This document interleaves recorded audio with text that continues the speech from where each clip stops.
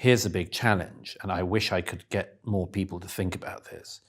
I give in the chapter on forgiveness in The Madness of Crowds, as you know, a challenge, which is we live in the most unforgiving era that history could ever have known, because we live in an era in which action in the world, as Hannah Arendt puts it in the essay of hers, I quote, an essay of hers in the early 50s, action in the world was always our biggest problem as human beings, because we could never undo our actions, and we always knew that. It's one of the main catastrophes of being a human. Yes. We don't know how our words will reverberate. We don't know how our actions will reverberate, and we can never undo them. Never. What's the only mechanism, as Hannah Arendt says, what's the only mechanism we ever came up with to try to deal with this terrible catastrophe? It's forgiveness, or something like forgiveness. It's a mechanism to try to undo the undoable thing. Yeah. Now, nobody in our societies today spends any time thinking about forgiveness at the moment in history when acting in the world has never been more precarious, where a young person can tweet and destroy their lives like that. Yeah. Where they burning of the state. And it can happen to cancel anyone someone, all the they time. take their life. Yeah. Can post the wrong photo on Facebook. I give examples in the book. Terrible, pitiful examples of, and I that's why I sort of resent the looking to millennials and after as being snowflakes, or, I say they've got a very good reason to be worried and to be tiptoeing like never before. Yeah. Because say the wrong thing, which everyone's only agreed is the wrong thing 24 hours ago, and you're toast, you're over. You may not ever get a job. You're online forever.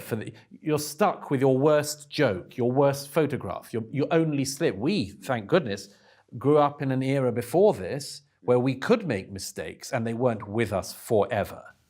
So there's two aspects to that, really. There's forgiveness and forgetting. And Rabbi Jonathan Sachs observed that with the abandonment of the main source of the concept of forgiveness and our insistence that we practice it to the best of our ability and that we look to it for relief when we know we've done the wrong thing in our society, the Judeo-Christian influence, with its loss, its washing out. I said to him, well, what happens when that's gone?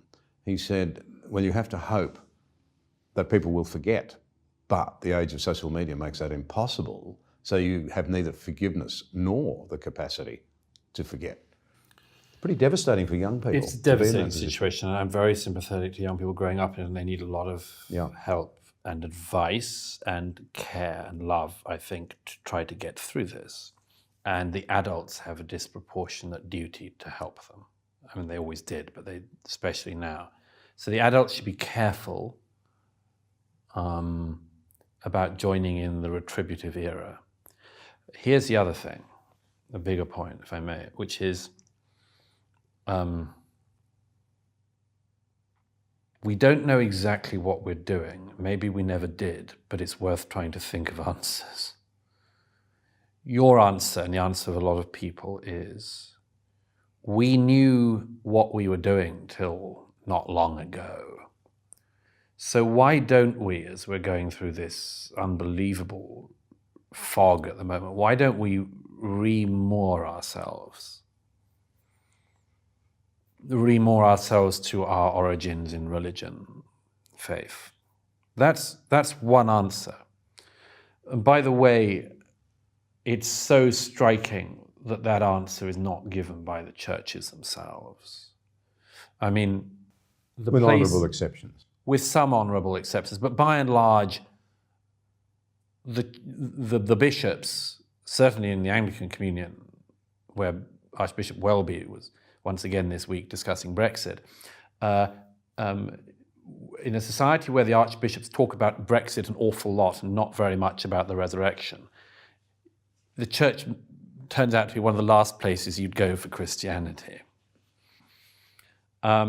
That's a terrible, terrible letdown by the churches who've decided, in large part, to jump on the bandwagons of the day, to jump on green, to jump on social justice issues, and so on. In the belief, seems to me you emasculate Christianity if you make it captive to the reigning culture. Yes, and one of the reasons why people flee. But the churches, at any rate, should, and those who follow the teachings of the churches, should, I think, much more distinctly say there's a reason why we hold on to this still, and there's a reason why we think it would be good for you as well. Now, for all sorts of reasons I've written about in my last book, I'm not in the position of being a believer myself, although probably like various others, I describe myself as a believer in belief, and certainly a beneficiary of elements of it. I think that those who are in the position I am in on this also have a lot of work, if not a lot more work to do. And particularly for and with young people on this, because we all have the same questions we always had as a species. We try to work out what the hell it is we're doing here. We don't really believe we're just a collection of atoms, do we? I don't think we do. I think that there's something very instinctive in us. One shorthand I say for this is, if you said to me, well, as a consumer, Douglas, and I said, well, I mean, sure. I mean, I'm a consumer. I consume things. I buy things and consume them. But there's a bit more to it. There's a bit more. I sense you're not just a consumer. I sense there's more to myself than that, as you do, as we all do. Yeah. And that's why we don't live as though we think we're a collection of atoms. Right. We don't live as if we're merely the thing we have that we are in. There's a very deep sense in which ourselves know something about ourselves we find it extremely hard to communicate, but we know it. And this instinct is, to the generation growing up now in the West, this instinct is only being spoken to by people saying, okay, there's a dearth of meaning, but you can find it. You can find it in endless retributive wars for justice issues on smaller and smaller minority points. So you will find meaning in the world by insisting that the big bearded guy with a penis can win the women's weightlifting competition, or the people that say otherwise are bigoted. Go for it, guys. Now, at the end of this process, there is a presumption that, there is a presentation that somehow we get to utopia. You know, that within our lifetimes, utopia is graspable. And it looks like total equality for everyone all the time. And even if we got there, and I would submit that we're never going to, we never could, things can be better, but they're never going to get there. Even if we did, what do we do then? We're still stuck with the same questions about ourselves and for ourselves. And I have some answers to that, some suggestions for that, which largely rely on suggesting to people that we should live the lives we recognize to be good lives until yesterday. And that lives of meaning can be found in the 21st century, not with great ease, with significant challenge, with an awful lot of work, a lot of commitment, but they can be achieved, and that deep meaning can still be found. But the first thing people need to do is to realize that it cannot be found in the things that are being offered. And so, in a way, what I've tried to do with the Madness of Crowds is to say, I'm going to take apart this thing you're being offered to show you why it isn't going to work.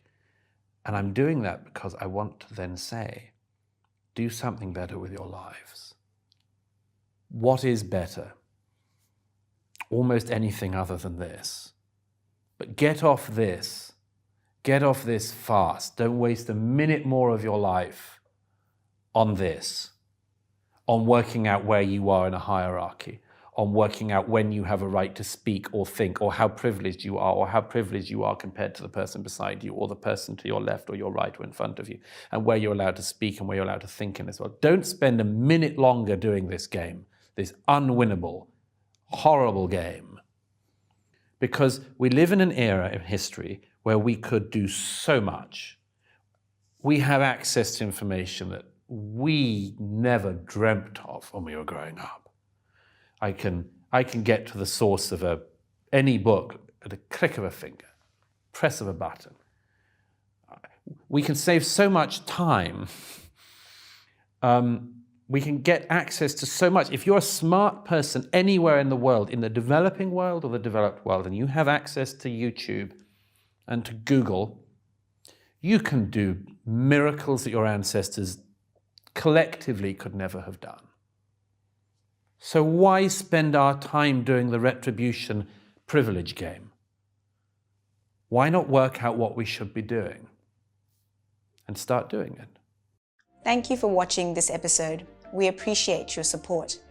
If you value vital conversations like this one, be sure to subscribe to the channel there and also click the notification bell to stay up to date with new releases.